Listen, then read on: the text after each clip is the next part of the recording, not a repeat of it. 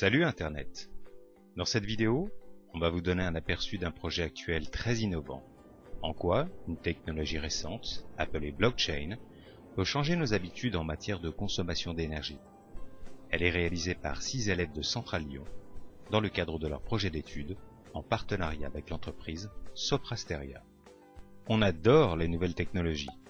Elles nous permettent de faire plein de choses, comme communiquer instantanément partout dans le monde, acheter tout et n'importe quoi de chez nous, ou avoir des informations précises sur n'importe quel domaine. Elles ont un potentiel incroyable. Mais ce n'est pas toujours facile de s'en rendre compte.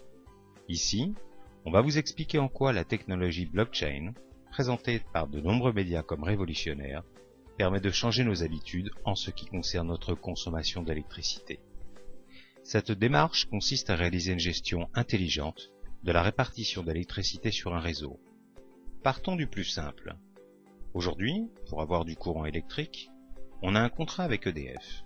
EDF nous vend du courant, produit n'importe où, et l'on paye EDF par l'intermédiaire de notre banque. Mais cela a changé avec la loi d'autoconsommation d'énergie. On a maintenant le droit de produire du courant chez soi, à l'aide par exemple de panneaux solaires, de le consommer et de revendre l'excédent à EDF à prix fixe. Ce surplus d'énergie verte qu'on a produit est tout simplement déversé dans le réseau EDF.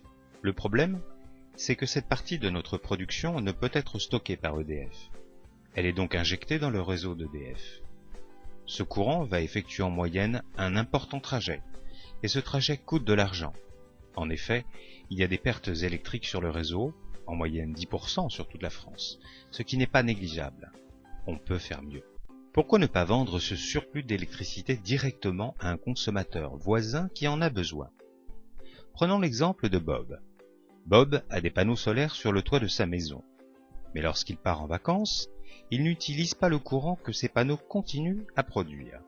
Sa voisine, Alice, elle, peut le consommer. Et avec une loi apparue en juillet 2016, c'est maintenant possible. L'idée est géniale. Elle permet d'une part d'éviter le gâchis d'électricité et d'autre part de promouvoir les énergies vertes. Mais elle présente plusieurs problèmes. Comment envoyer l'électricité à ce voisin sans passer par le réseau EDF? Comment le voisin paie-t-il le producteur? Comment enregistrer et acter ces échanges? Pour cela, nous allons utiliser la technologie dont nous vous avons parlé précédemment, le blockchain. Cette technologie est impressionnante, pleine de potentiel, et présentée par beaucoup de médias comme la prochaine révolution. Imaginez si ça devient une réalité. Il s'agit d'une base de données intelligente. Elle est transparente, entièrement sécurisée et décentralisée. Elle fonctionne en peer-to-peer. Le mathématicien Jean-Paul Delahaye la présente comme un très grand cahier que tout le monde peut lire librement et gratuitement, sur lequel tout le monde peut écrire, mais qui est impossible à effacer et indestructible. En quoi cela nous aide avec notre réseau? Eh bien, le blockchain donne une solution à nos questions. Il résout le problème paiement parce qu'il permet d'enregistrer et d'acter les transactions. Il a sa propre monnaie virtuelle, appelée crypto-monnaie. Le Bitcoin en est un exemple connu. Le tout est géré par un smart contract, un instrument de la blockchain qui exécute tout seul les clauses du contrat entre le producteur et le consommateur. Vous comprenez la portée du blockchain. Les applications ne se limitent pas qu'à la répartition d'énergie. Intégrons maintenant le blockchain dans notre système. Un utilisateur du système peut acheter du courant électrique à un autre utilisateur contre de la monnaie virtuelle, le tout étant acté par la blockchain.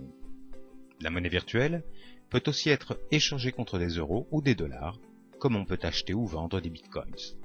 Et d'ailleurs, on n'a plus besoin d'une banque pour stocker ou d'envoyer de l'argent. Le système est autonome. C'est magique! Allons maintenant plus loin. Dans un quartier avec suffisamment de producteurs d'électricité, il n'y a plus besoin d'EDF si l'offre est égale à la demande. En reliant chaque membre du quartier à un réseau commun, chacun achète de l'électricité lorsqu'il en a besoin à une personne qui est en train d'en produire à ce moment-là, ou même à plusieurs. Tous les échanges se font bien sûr avec la blockchain et y sont répertoriés. Le quartier serait ainsi autonome et régulé. Le tour est joué. Néanmoins, ce dispositif présente des problèmes juridiques et économiques, notamment pour son financement, et constitue un défi technique. Mais il est déjà mis en pratique à Brooklyn. ce qui prouve sa faisabilité et son efficacité.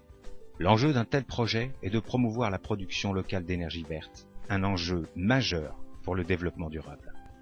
C'est la fin de cette vidéo. Nous espérons qu'elle vous a plu et qu'elle vous a donné envie d'en apprendre plus sur la façon dont les nouvelles technologies peuvent changer notre quotidien. À bientôt!